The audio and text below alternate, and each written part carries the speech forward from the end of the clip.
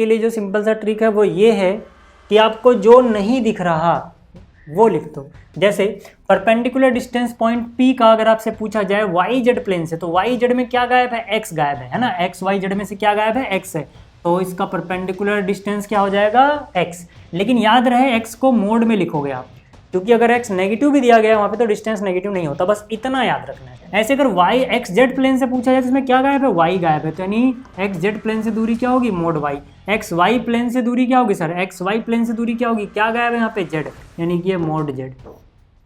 आ रही है बात समझ में। अच्छा अगर किसी एक्सिस से डिस्टेंस पूछ लें किसी पॉइंट का, किसी एक्सिस, अभी मैं क्वेश्चन कराऊंगा इसके ऊपर, किसी एक्सिस से, मान लो बोला पी के कोऑर्डिनेट है एक्स वाई जेड, एक्सिस से दूरी बताओ, बस एक्सिस से ध्यान रखना, दूरी बताने के लिए रूट में लिखना, ट्रिक वही चलेगा सर, जो गायब है वो लिखना है आपको। जैसे यहाँ पे x दिख रहा है, क्या गायब है, y और z गायब है, तो यानी कि इसका हो जाएगा y कोऑर्डिनेट का स्क्वायर प्लस z कोऑर्डिनेट का स्क्वायर, बस, है ना।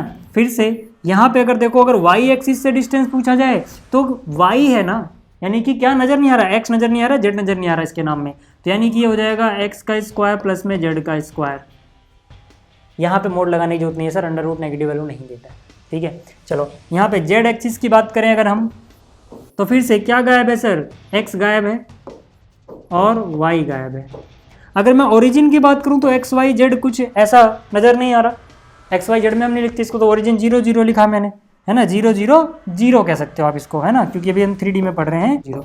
ओरिजिन से याद रखना सर, ओरिजिन से डिस्टेंस याद रखना, क्या हो जाता है, तीनों का स्क्वायर कर दो, x square plus y square plus z square.